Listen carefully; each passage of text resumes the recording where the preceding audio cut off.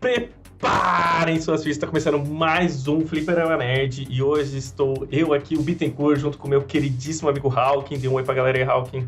E aí, guys?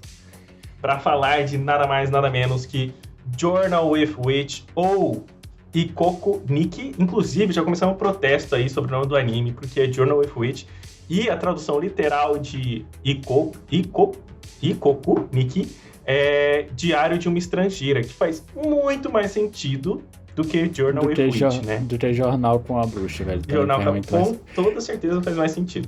Então já começa no protesto aí, mas não estamos aqui para falar mal dessa obra, até porque ela é maravilhosa. Estamos aqui para falar nossas impressões, o que a gente achou. Já dei um spoiler, né? Eu sou um baita de um fã, então provavelmente estarei aqui só falando bem. Vamos ver o que o nosso querido amigo Hawking tem aqui para nos dizer. Mas é isso, então fique confortável aí no sofá, sei lá onde você está, voltando do trabalho, no seu ônibus ou assistindo no celular, porque vamos começar mais um speedrun para falar dessa obra. Inclusive, se você não sabe o que é o speedrun é o nosso programa que temos aqui dentro do Fliperama Nerd, no qual a gente fala de uma obra mais rápido. Então, normalmente o episódio fica entre 30 minutos por aí. Então, a gente pega uma obra aí para falar ela de forma mais rápida e sucinta. E vamos falar aqui desse animezinho queridíssimo de 12 episódios, bem fechadinho, bem bonitinho. Então, bora lá falar de Journal with Witch.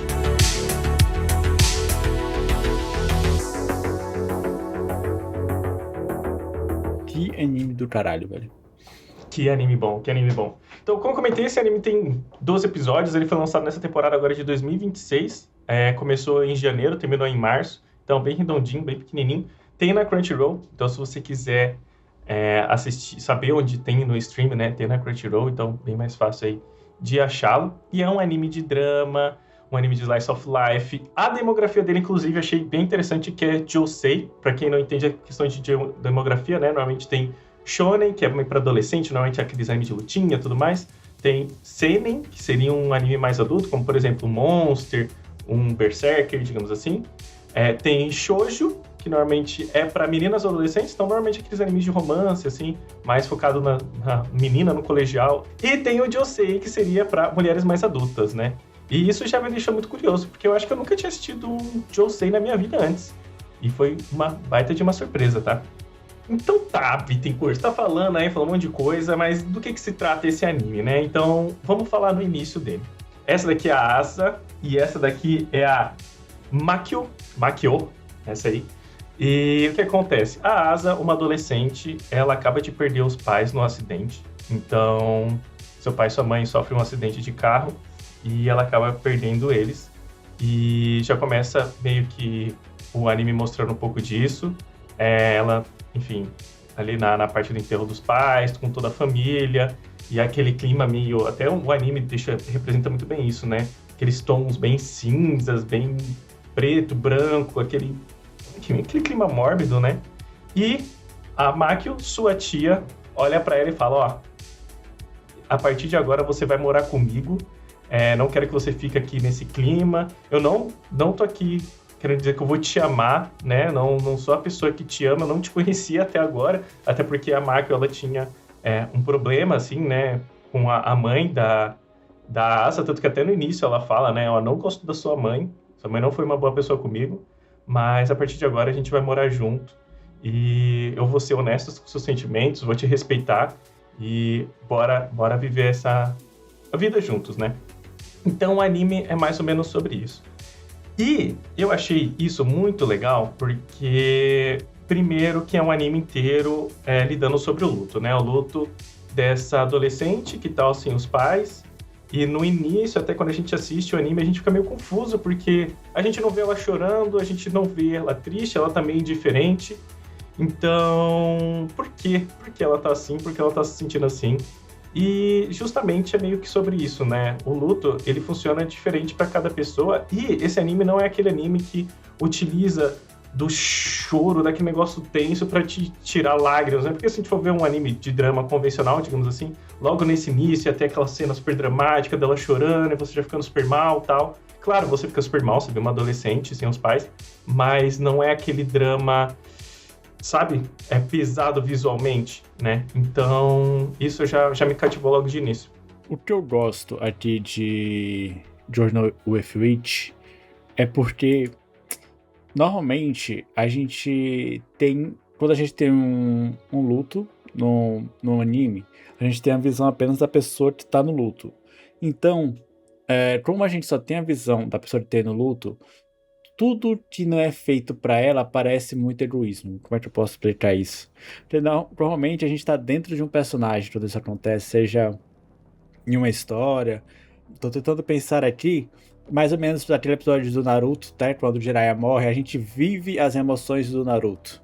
Uhum. Então, tudo ao redor parece muito egoísmo. Ele treinar, mas ele vai treinar. Então, tipo assim, parece que ninguém está tratando do luto ali da pessoa. Mas eu gosto de Journal with Witch é porque a Asa tem o luto dela, mas as pessoas ao redor dela, apesar de ela estar no luto e as pessoas estarem preocupadas, todos vivem os seus dilemas, todos têm preocupações. E Exatamente. o anime que vem pra falar de luto fala sobre tanta coisa, Uhum. papéis na sociedade de tanta gente, a descoberta da própria sexualidade. Então, velho, é um anime muito bom porque ele trata da sociedade com um tom de clareza, com uma sensibilidade muito, muito grande e muito legal. Uhum. Não, total, eu super concordo. E acho que é bem isso mesmo. Embora o foco seja sobre o luto, né? O anime não é só sobre o luto, é sobre várias coisas ali que ele vai abordando, né? E até falando um pouco mais das personagens, né? Então, logo de início, logo nesse primeiro episódio, a gente entende um pouco mais da personalidade de cada uma. Então, a Asa, a gente vê que ela é uma pessoa mais extrovertida, que não gosta de ficar sozinha, diferente da tia dela, que é uma escritora. Ela é uma pessoa que trabalha em casa, tal, extremamente introvertida. Até quando a Asa vai para casa dela pela primeira vez, vê aquela casa toda um caos, toda bagunçada, diferente da Asa, que na família dela provavelmente era bem tudo organizado, tudo limpinho, tudo meio metódico, digamos assim. Já a Makio não, né? A casa dela é um caos, então a Asa chega lá, meu Deus, onde estão as coisas? Tem que arrumar, não consigo nem sentar na mesa, porque isso aqui tá um caos, né? E a gente já começa a reconhecer ali a diferença entre as duas, da personalidade das duas. E uma coisa também que é legal, que isso, logo no início do primeiro episódio, pelo fato, né, da Makio ser essa escritora, né? Então, uma forma que ela faz para ajudar a Asa a superar esse luto dela é entregando um diário para ela. Ela falou, ó, aqui tá o diário, seja você mesmo, escreva o que você quiser, não precisa falar a verdade, só escreva, né? O que você sentiu, o que você vê, enfim, escreve. E isso é o que dá ao nome do anime, né? E também é o que faz a gente entender o que a Asa tá passando. E eu acho que é uma forma muito bonita de se contar, sabe? Então, pô, eu achei isso genial. Isso dá o nome do anime, isso eu acho que é a parte principal ali do anime, mas eu achei muito foda, tá? Eu gostei bastante. Esse início, o que me pega muito é a forma como a Makio encontrou um meio de aprender a viver sendo ela mesma. E de uma forma que não é que é tipo assim, foda-se para os outros, mas é muito no sentido de eu não vou deixar de ser quem sou, ou eu vou mentir pra te fazer feliz, ou pra deixar qualquer pessoa feliz. Ela vive por si mesma. Então, nesse início de obra, ela adota a Asa não porque a Asa tá triste, mas porque ela não suportava ver a Asa naquele ambiente que tava todo mundo cochichando sobre a mãe dela. Meu Deus, a mãe dela morreu e deixou uma filha. Tava todo mundo falando alguma coisa e ela, como se ela adotasse a Asa por ela mesma, por ela não conseguir suportar aquele ambiente. Eu não vou falar adotar, né, mas porque ela mesma fala que nunca vai ser uma mãe pra Asa, mas digamos que a palavra certa seria dar um teto, talvez seja o mais próximo que isso pode chegar. E ela é sempre muito direta com ela. É tanto que. E essa é uma das coisas que eu gosto, como eu falei, né? Quando alguém tá vivendo um luto, tudo ao redor pode parecer muito egoísta. Mas, inclusive, quando a Makio fala, né, que ela não vai ser a mãe da Asa.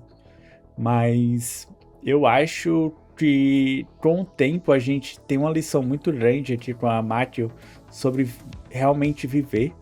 E eu acho sensacional esse início, porque até ali a gente não tem noção do que vai vir pela frente. Mas é uma personagem extremamente única. E eu acho que nem só no mundo dos animes, tá? No mundo como entretenimento geral, a Makio é um personagem espetacular. Não, total. Inclusive, até isso que você comentou, eu lembro que a primeira vez ela falou assim, tipo, eu não gosto da sua mãe, né? Tipo, caraca, ela acabou de perder a mãe, a coisa que você tá falando pra uma adolescente, né? Mas é o que você falou, ela é extremamente sincera, ela fala o que acha que é o certo, né? E outra coisa também que ela falou, aí logo assim, né? Logo no início, eu já dei aqueles 2 passos pra trás, né? Quando ela falou isso, eu falei, putz, meu, que grossa, né? Essa menina, essa mulher que vai adotar essa criança, né? E depois ela vem com aquele argumento quando ela entrega o diário, né? De que, pô, os sentimentos é seu, eu não vou pisar nos seus sentimentos, seja verdadeira consigo mesmo. Então, ela sempre é muito sincera, né? Às vezes ela pode ser meio rude, né? Mas ela sempre vem com essas verdades que acaba ajudando a Asa a superar as coisas que ela tá passando. E outra coisa que eu acho muito legal nesse anime também é a forma em que ele escreve os adultos e os adolescentes, né? Eu lembro até no segundo episódio, eu achei isso muito bacana, em que chega uma amiga da Makio na casa dela, e elas estão conversando, e a Asa olha pra ela e fala, meu Deus, o que elas não parecem outro idioma, né? Ela até começa a imaginar como se estivesse em outro país, elas negociando, tipo, meu Deus, o que tá acontecendo? E realmente é assim, né, cara? E, tipo, os adolescentes, eles não compreendem muito bem, assim, a conversa dos adultos, tem piadas entre eles que não faz sentido, então, cara, eu achei muito bacana, assim, da forma que é construído e escrito essa interação entre as duas, né? Eu acho bem legal. Eu acho primeiro que muito natural, porque a Makio em nenhum momento deixa de ser, já falei umas 3 vezes, a Makio não deixa de ser quem é. Então, quando a gente bota uma criança na nossa vida, seja lá como, seja no jeito dela, né, que foi na meio que adoção da sobrinha ali, quando a gente bota uma criança, a gente imagina que a gente vai ter adaptação. Só que nem passou pela cabeça da Makio que teria que existir alguma adaptação, sabe? Então, ela só fala assim, não, a Asa vai morar comigo, e ela vai morar. Como ela não tinha pensado sobre isso, tudo aquilo é muito novo. Então, tem uma menina que tá entendendo o sentimento de luto, que ela perdeu o pai e a mãe do dia pra noite. Ela...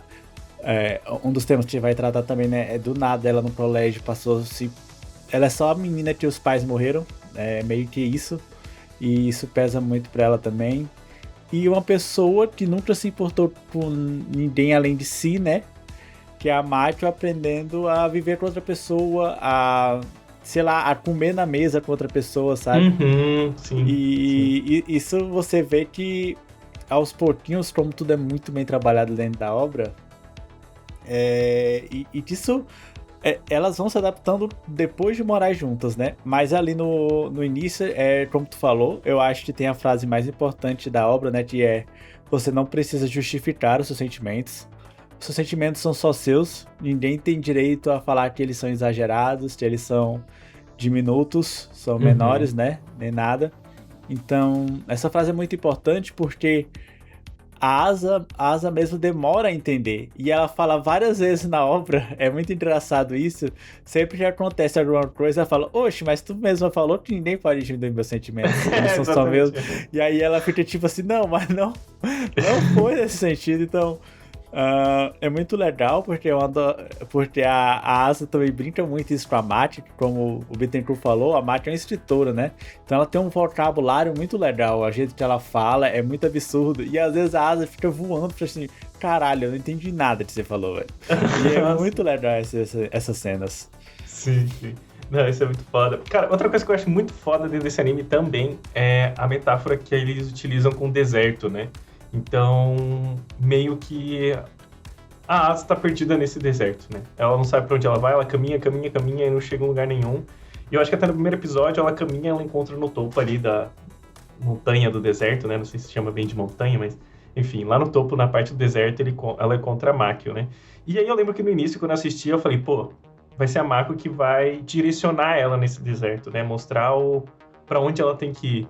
E não, no final das contas, a Mako ela é só uma companheira para ela naquele grande deserto onde ela vai se descobrindo, né? Então, durante o anime, naquele deserto começa a aparecer um oásis, ela começa a tentar entender o que seria esse oásis, como lidar, né? Tanto que durante as falas dela faz bastante metáfora, né? Que tem aquela água, ela pode sentir a água, mas ela não consegue se afogar nela. Aquilo pode ser interpretado como choro, como, enfim, várias outras coisas. Conforme o tempo vai passando, aquele deserto vai ficando mais preenchido, né, com cactos. Então tem até, mais pra frente a gente pode comentar melhor, mas conforme o tempo vai passando, aquele cacto começa a querer dar um broto, e naquilo vai saindo uma flor, até no finalzinho aparece uma flor, né? Então eu acho bem interessante como ele tenta trazer pra gente de forma visual como que está dentro da asa através desse deserto, sabe? E eu achei isso muito fenomenal, assim, bem bonito, sabe? Da forma que foi mostrado. Mano, essa parte delas no deserto é muito bom, porque... eu vou ter outra palavra pra poder falar. Essa parte do deserto, ela cresce durante todo o anime, né? Eu acho que ele aparece nos 12 episódios, nos 13 da obra. E no início é difícil até pra gente entender a primeira vez que ele aparece. É por isso que Journal with Witch é um anime que eu acho muito importante assistir 2 vezes.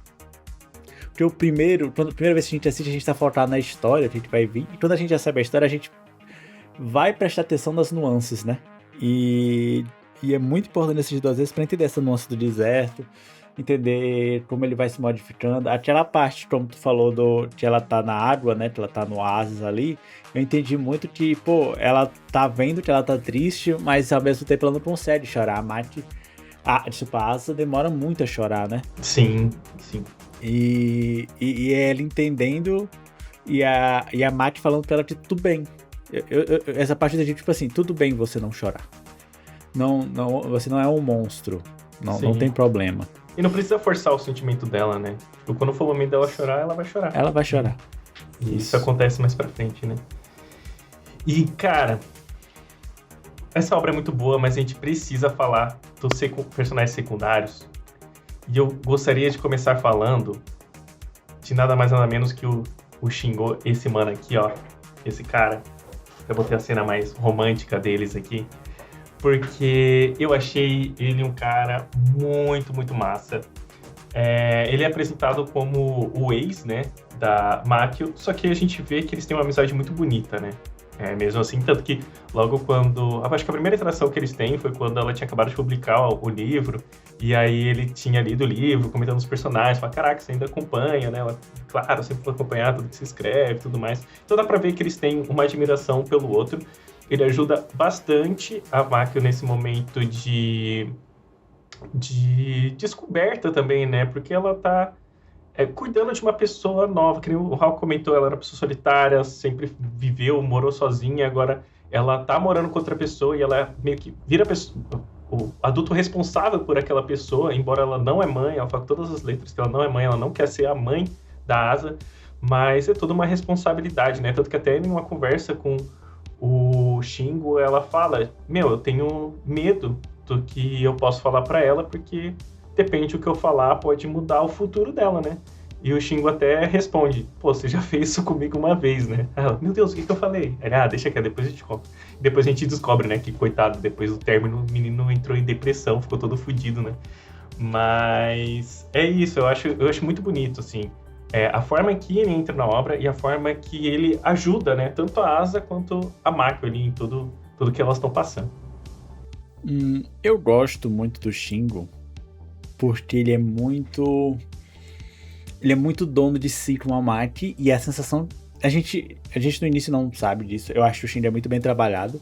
E conforme a obra passa, a gente vai entendendo mais ele. E como, de certa forma, a Maki foi importante... Aliás, como ela é.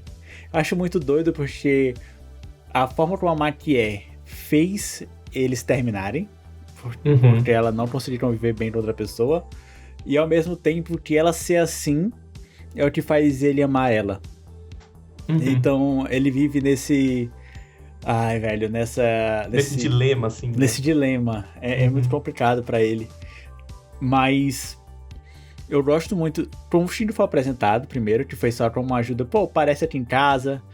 Uhum. Tô cuidando de uma criança aqui, a máquina é muito de boa, parece tipo a gente vê o que é. E Uhum. aí eles vão conversando, e ele é muito legal, ele tem muito mais jeito com a Asa Tiamat, por Sim, sinal. sim, sim, sim. Ele tem muito mais E tato, né?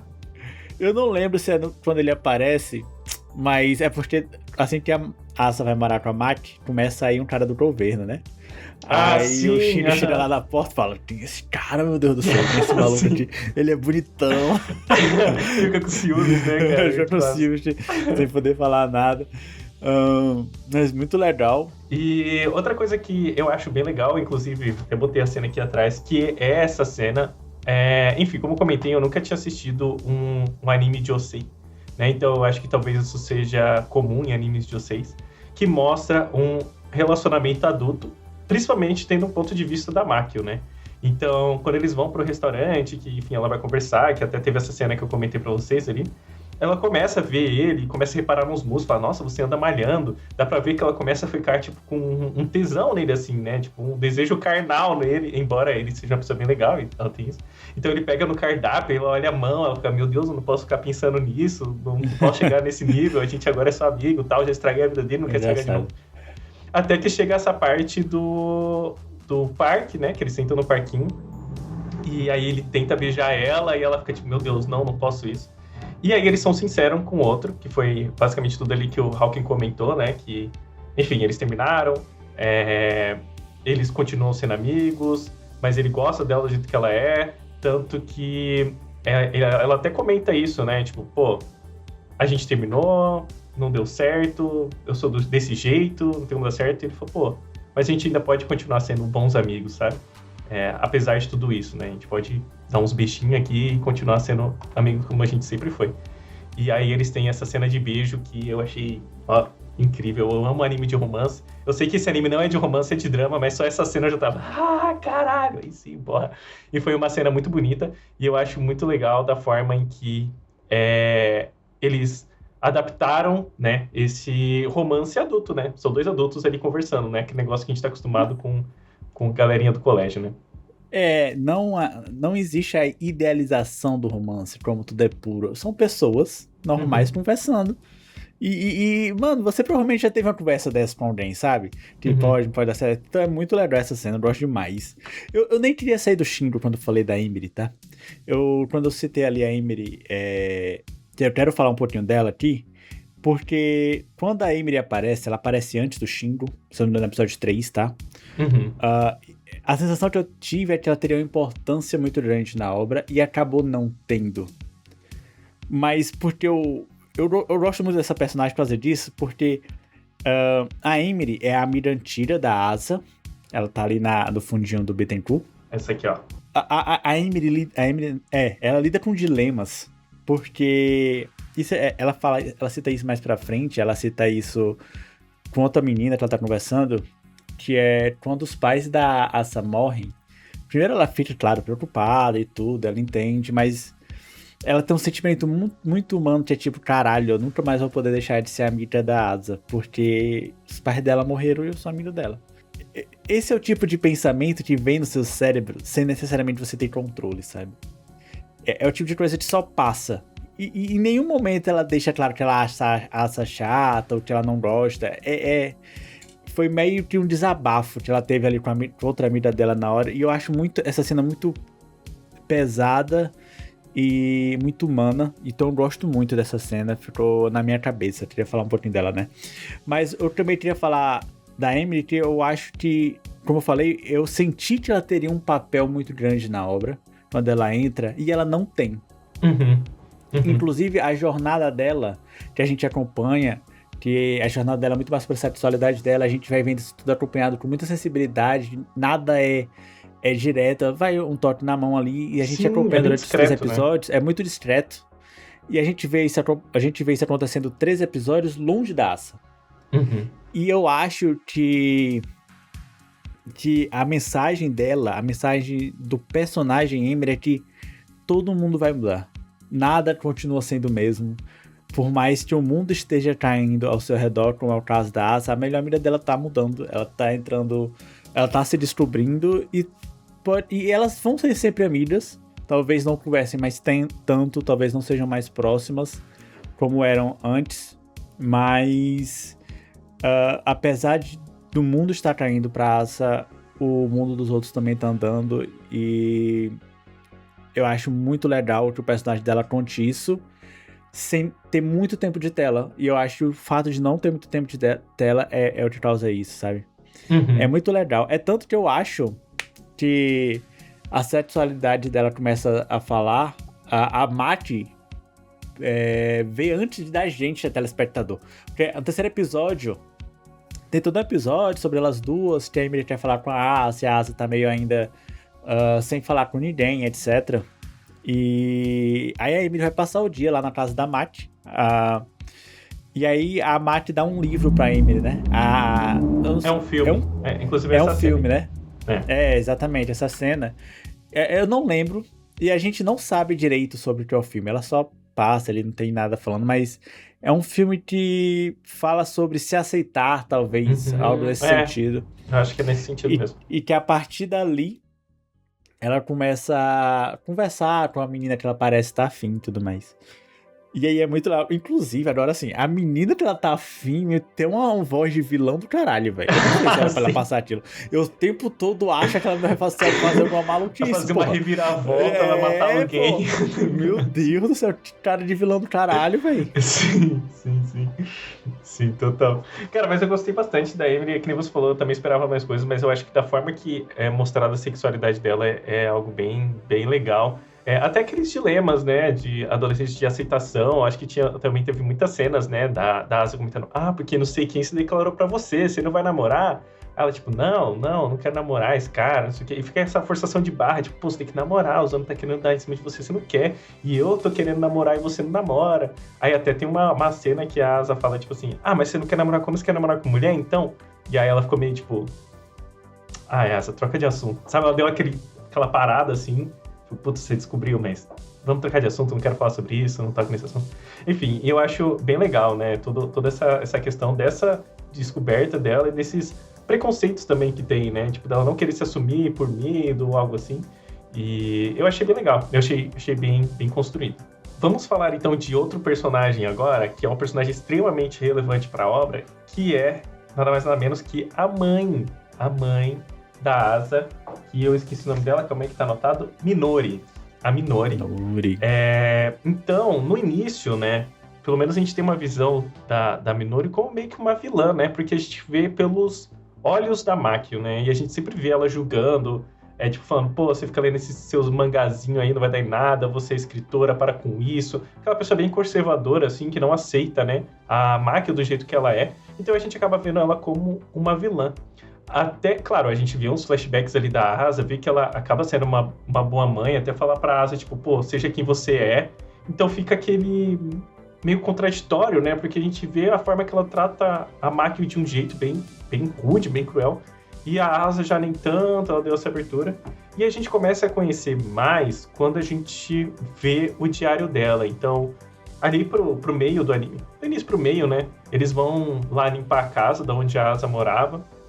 Pegar as coisas, né? Até que ela pega a caneca lá, que era de aniversário dela, vai procurando as coisas. E a Makio acaba encontrando um diário, né? Um diário dela. E esse diário ela escreveu assim que a filha dela nasceu para entregar para ela quando ela fizesse 20 anos, né? Então seria meio que um presente que a mãe dela ia entregar para a Asa e ia receber assim quando ela fizesse 20 anos. E nele a gente descobre o outro lado, né? O outro lado da Minori. E a gente vê que ela se odiava. Que ela era uma pessoa no qual ela se moldou para ser aceita pela sociedade, digamos assim. Então, por isso que ela criticava a irmã dela, porque ela via a irmã dela fazendo algo no qual ela não podia fazer, segundo ali as crenças dela, né? Ela tinha que ser aquela pessoa conservadora, aquela pessoa com um esposo, ter uma família feliz, então ela acaba se casando com uma pessoa que ela não gosta, acaba tendo um filho com esse esposo que ela não é apaixonado, e ela fala, pô, eu quero que a minha filha seja o oposto que eu sou, o oposto que eu fui. Então, eu vou tentar ser o mais liberal possível, embora ela ainda tenha essas suas amarras, no qual ela ainda acaba fazendo uma coisa ou outra, como por exemplo, quando a Asa aparece de cabelo curtinho. Não, quando a Asa começa a cantar, ela super apoia, vai cantar, pô, a mãe sempre soube disso e tal. Mas quando a Asa acaba aparecendo de cabelo curto, fala, pô, não gostei, você tá parecendo um homem. Então, algo que deixa a Asa meio chateada, sabe? Então ela tenta ser liberal, mas ainda com esse pé no chão. E eu achei que é uma personagem extremamente complexa e muito boa mesmo. Eu gosto dela porque com o tempo a Mati vai ver que nem ela não conhece a pessoa que ela odeia. Ela tem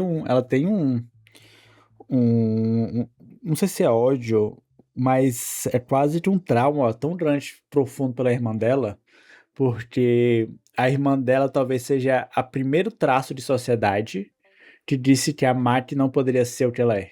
Normalmente, se você, sei lá, você gosta de uma coisa diferente, a sociedade tá sempre ali tentando dizer, não, sério que todo mundo faz.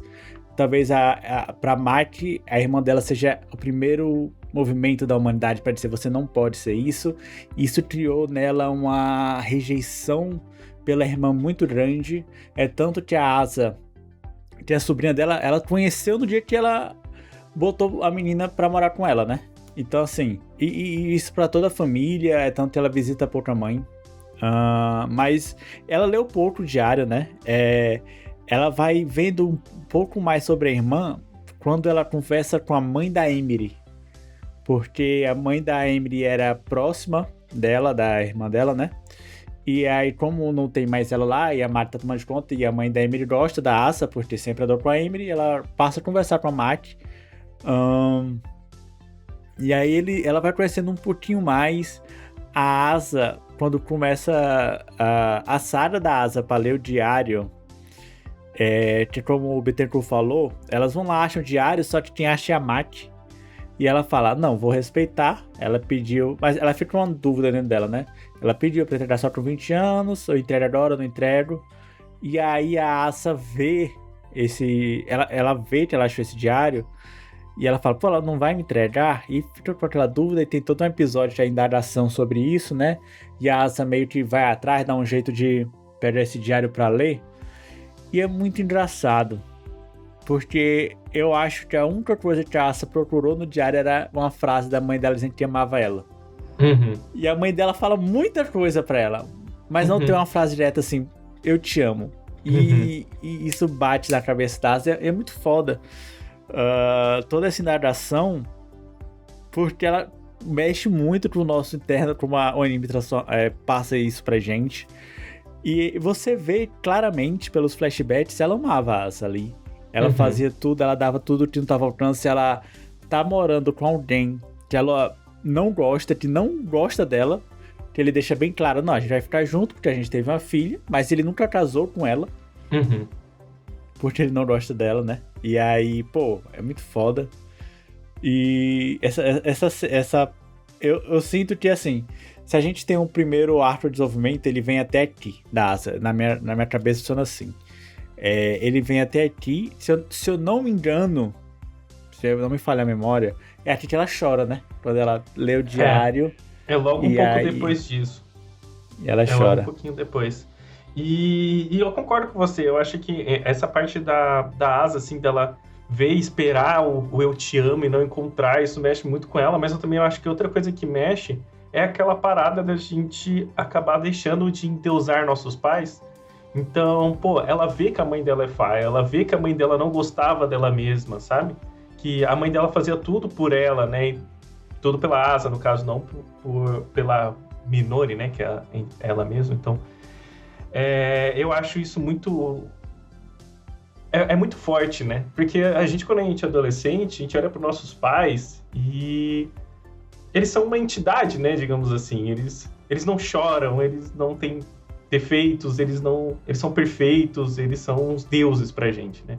E você receber um diário mostrando a fraqueza da sua mãe é algo muito forte, né? Para uma adolescente.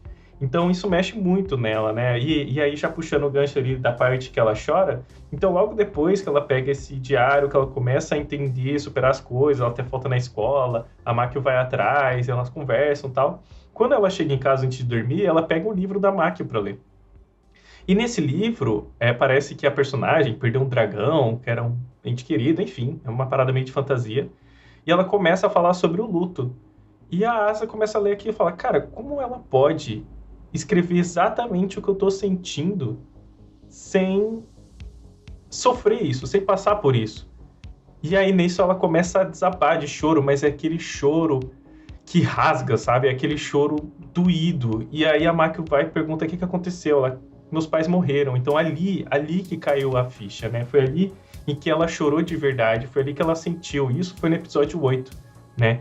Então a gente vê que até cair a ficha, até ela entender tudo o que aconteceu, isso levou um tempo. E, cara, foi triste, tá? Eu chorei um monte, eu tô me segurando aqui pra não chorar enquanto eu falo, porque eu estou lembrando dessa cena. E é uma cena muito pesada, assim, mas bonita, sabe? Porque ela tá se entendendo, ela tá entendendo o seu sentimento e passando pelo luto ali, né? Então, pô, é uma cena do caralho, assim, eu achei muito foda mesmo. Depois disso, também queria comentar de outro episódio, de outro personagem terceiro, que esse personagem, diferente da Emily, que a gente esperava que tivesse mais participação, esse eu não esperava que não tivesse participação de nada. Ele aparece muito, ele tem boas participações, que é o nosso querido caba lá do governo, que fica... o advogado lá, né? Que ele... Porque assim, aparentemente, todos juntaram um bocado de gente estranha junto, né? E botaram ali, no mesmo ciclo social. E ele tem a mesma vibe de... Ele é um cara muito assim, o que é certo, o que é errado. Ele não sabe como pessoa diferenciar as coisas. E aí chega a melhor conversa, melhor diálogo dele com o Shingo, né? Shingo é Shogo. É o Shingo da obra. Shingo. Que é no final, eu não lembro se é... Eu sei que é um dos 3 últimos episódios, não vou lembrar de cabeça qual é o número do episódio. Que eles vão falar por causa... Eu não vou lembrar o acontecimento. Eu acho que foi no episódio que a Asa foge. Se eu não tô enganado. Eu acho que foi, porque aí ficou os 3 juntos, né, atrás foi. da Asa. E aí, depois acaba que eles acham a Asa, mandam a Asa pra Mate. E aí eles dois vão comer alguma coisa. E aí o Shingo fala...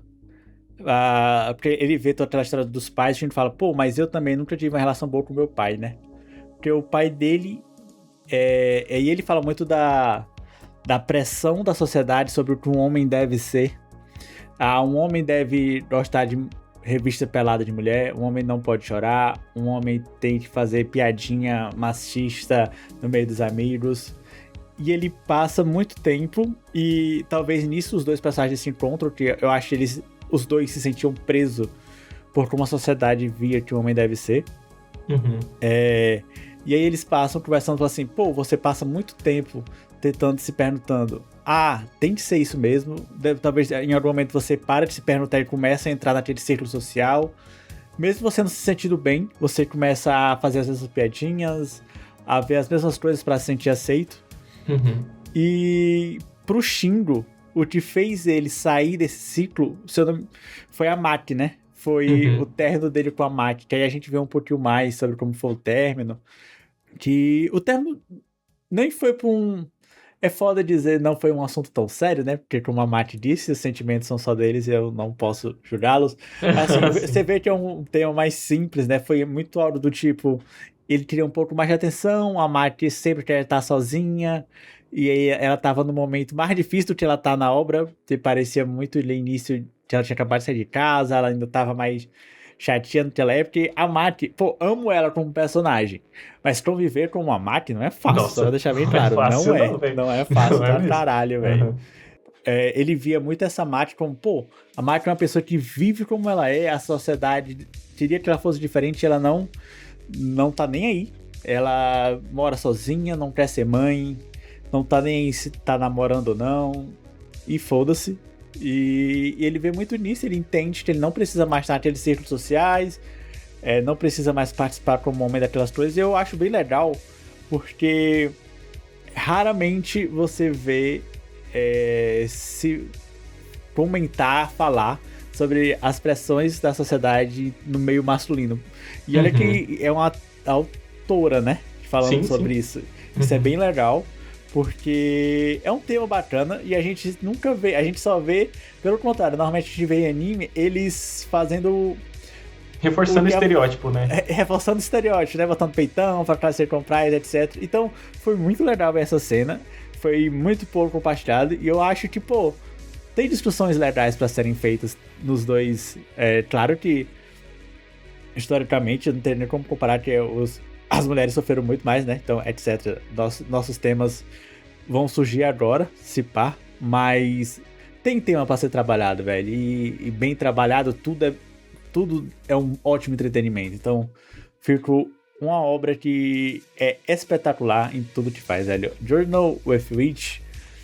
Eu lembro quando eu vi esse diário, eu tava vendo até e falei, caralho, eu acho que aqui eu só tenho que recomendar pra todo mundo assistir, porque eu não esperava que fosse ter aquele diálogo ali. E foi sensacional. Não, é do caralho. É muito massa mostrar essa desconstrução, né? Do masculino ali, né?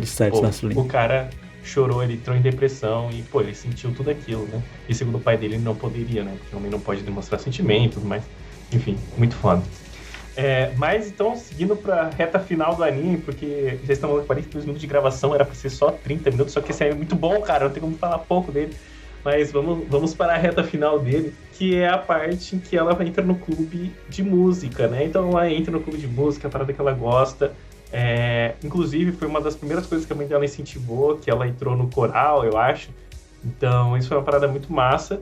Só que ali ela começa a entrar num dilema, porque ela lembra quando ela era criança, ela fez sua primeira apresentação no palco. A mãe dela falou, nossa, eu amei, não sei o quê. Pai, o que você achou? Eu acho que você chamou a atenção, né? Isso foi o que ele falou, assim. E ela precisava participar, não precisava, né? Mas tinha a oportunidade de se apresentar lá no meio da escola e tudo mais, ela estava animada com isso.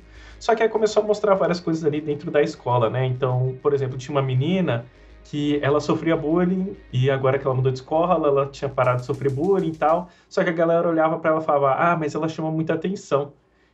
Tá, mas chamar atenção é negativo, né? Ela falou, pô, é negativo, porque aí ela vai começar a sofrer bullying de novo e não sei o quê.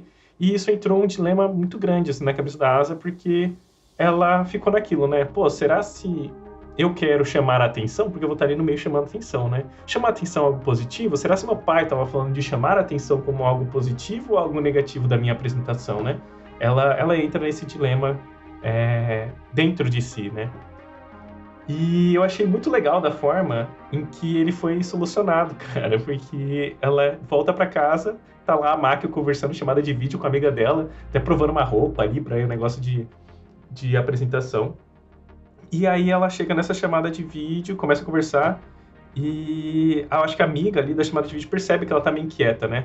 Ela fala, o que tá acontecendo? Fala aí e tal. Ela, eu tô com um problema e tal. Até a amiga dela fala, que legal, problema de adolescente, vamos lá, eu quero resolver, né?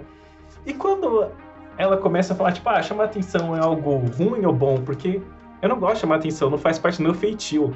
E aí a amiga da Maki fala, tipo, meu Deus, o que você tá falando? É uma bobeira que você tá falando, né? E até a Maki fala, pô, até você foi muito grosseira, mais grosseira que eu, né? Falando um negócio desse. Enfim, elas começam a conversar e ela fala que, tipo, cara, aproveite a sua vida, seja você mesmo, tipo, eu com uma voz da experiência, eu acabei fazendo muita coisa esperando a aprovação dos outros e acabou que eu me ferrei, tanto que até mostra lá o dedo da aliança, a marca da aliança, né, que ela acabou terminando com o esposo, até eles fazem um comentáriozinho ali. Então, pô, seja você mesmo, liga pro próximo, faz o que der na telha, aproveite seu momento, aproveite sua adolescência e viva, né. E então chamar a atenção pode ser algo positivo, né? Tanto que você seja você. Aí a Asa, beleza, então vou cantar. É tipo, como assim? Vai cantar? Aí começa a cantar assim no meio da mesa chamada. E isso é ser adolescente, tá ligado? É aquela parada que a gente comentou, né? A interação entre os adultos e os adolescentes aqui é muito boa, porque nenhum adulto ia parar e fazer isso, sabe? Então até acaba sendo engraçado, assim. E eu achei muito legal. E aí acaba que ela canta e... é uma cena muito bonita, então essa superação, né, que ela teve sobre essa parada de chamar a atenção ou não, da forma que ela via o pai dela, toda essa questão.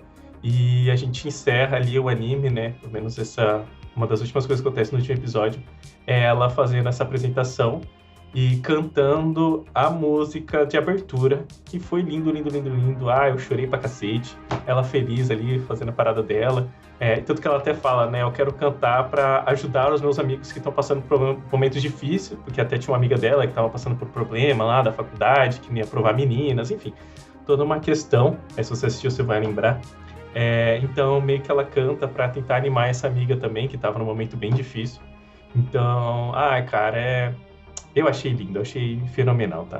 Isso daí deixou meu coração quentinho. Só pra deixar claro pra todo mundo, a obra em si já está finalizada, mas o anime não adaptou todo o mangá. Se eu não me engano, tem mais 25 capítulos pra ler, não é tanta coisa, mas deve fechar mais alguns arcos, mas eu entendo como o arco da Asa finalizado aqui pelo anime, tá? A gente vê ela meio que entrando, mais vivendo dentro de si, até realmente voltar pro mundo, que eu acho que é isso que o canto passa pra gente. Ela volta a falar com o mundo no final da obra, que ela, não vou dizer que supera o luto, mas ela volta a viver com o luto mesmo. O luto vai estar sempre lá, vai estar sempre com ela. E é sensacional, Journey of the Witch, finalizou a obra de forma perfeita. Eu sei que a saga da Asa terminou, mas não me importaria de ver mais desses personagens, porque eu acho todos incríveis. Nós nem passamos aqui pela menina que o Bittencourt comentou, que tem uma questão lá dela querer ser médica e a faculdade estar dando pontos extras para homens. E assim, você só basta ser homem. Se você for homem, você já ganha mais pontos que uma mulher, porque eu não sei. Não duvido que no Japão tem, porque a gente sabe que a sociedade não japonesa, mas oriental de forma geral, é bem mais machista que a nossa. Mas também não fui a fundo pra saber se realmente tem caso lá, tá? Mas, velho, a jornada com Journey of the Witch foi sensacional. Amei. Espero que vocês que ainda não assistiram a obra e estejam conhecendo através da gente, amem como nós amamos. Nossa, assista, pelo amor de Deus, vale muito a pena. Prometo que se eu ler o resto do material, talvez eu faça o que acontece depois de Journey of the Witch. Pode ser legal, se eu achar que o material original tem algo interessante pra contar, eu trago pros senhores. Mas é isso. Algo mais, meu querido Bittencourt? Sim, se puder eu falo mais 1h30, né? Mas eu vou resumir rapidinho, então, só finalizando ali até do que eu tinha comentado. E quando ela toca, né, quando tem esse momento cantando, até aparece novamente o deserto, e aí todo mundo ali junto com ela no Oasis, o cacto com flores e as pessoas ali dentro junto com ela, né? Então toda essa metáfora ali dela tá sozinha no deserto, a gente percebe que ela não tá mais, né? Que tá com pessoas, aquele deserto, ele tá vivo, né? Ele não tá morto, sozinho, enfim. E eu achei isso bem legal. E até o finalzinho mesmo, é meio que no futuro, né? Então, 10 anos no futuro ou mais, ela conversando com a Minori, né? E meio que a Minori perguntando como tá a tia dela, pra elas irem lá visitar e tal. Então, mostra anos no futuro que elas estão bem. E é isso aí, né? Que a relação entre ela e a tia também tá maravilhosa e tal. E aí, agora eu prometo que eu tinha uma coisa que eu queria falar muito sobre isso. E é sobre frases, né, do anime que toca. E uma coisa que eu achei muito doido foi quando eles vão lá pra casa da Asa. E aí ela pega o vidrozinho de picles, né? E ela pegando esse vidrozinho de picles, vamos levar pra casa, quero fazer não sei o que e tal. Ela fala, picles vai ficar bom, vai ficar gostoso. Ela fala, porque minha mãe costuma fazer isso. Putz, desculpa. Não é costuma, né? Costumava. E aí a Makio vira pra ela e fala assim, pô, você já estudou presente contínuo na faculdade do inglês, né, na sua escola? Ela fala, não, como assim? E ela começa a explicar, né, que o passado é tipo, as coisas aconteceram, ela até deu exemplo, né, aí eu li um livro, então você leu o livro, e eu estou lendo o livro, né, então eu estou lendo o livro, ele conta que você começou a ler um livro, agora você está lendo, e provavelmente no futuro você vai terminar. E meio que essa frase dela é sobre isso, né, minha mãe faz isso daqui, mas está fazendo esse picles, né? Então, para ela, ainda não pegou e entendeu aquele luto, né? Para ela, a mãe dela ainda não está morta. Ela tá ali, saca? Tipo, que seria meio que a questão do luto e tudo mais, e como ela vai superar essas coisas. Então, ela está vivendo tudo aquilo, né?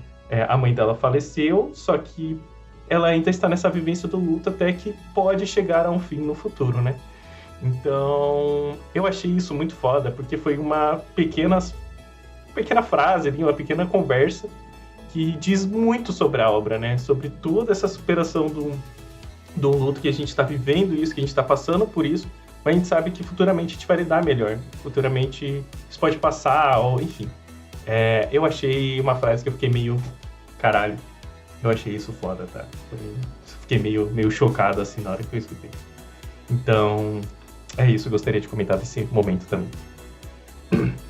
Agora sim, Rauk. Agora parei. Se você quiser falar alguma coisa, fique à vontade. Se não, meu filho, eu vou mais 3 horas aqui falando. Nada. Então, se a gente for falar das frases que a gente gosta em Journal of the Witch, tem mais 1 hora pra falar, vai ter muita coisa.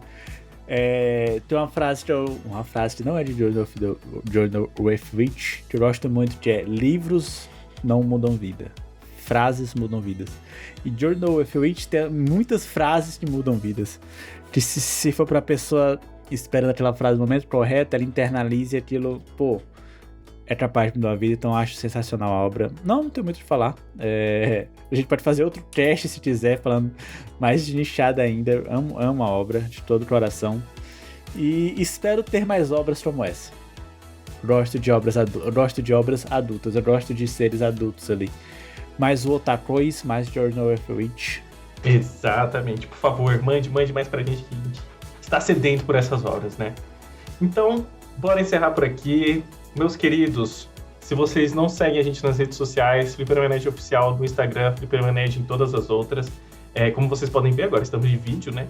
Então, estamos no YouTube, Spotify, e todos os agregadores aí de podcast. No caso, não vai ter vídeo, vai ter só áudio. E o que mais? Se você puder apoiar a gente de uma forma financeira, nós temos o nosso Catarse, tá aqui nos comentários. Mas se não puder ajudar a gente de forma financeira, por favor, divulgue o nosso conteúdo aí para os seus amiguinhos, ajuda muito a gente. E nossos queridos apoiadores Fiches de Ouro, que nos ajuda lá no Catarse. Um agradecimento muito especial para você, Pedrinho, Lucas Bittencourt, Bruno Felipe. Um grande abraço, um beijo para vocês. E para quem viu a gente até agora também, um grande abraço. E até uma próxima. Amo vocês, hein? Amo vocês, meus queridos. Tchau.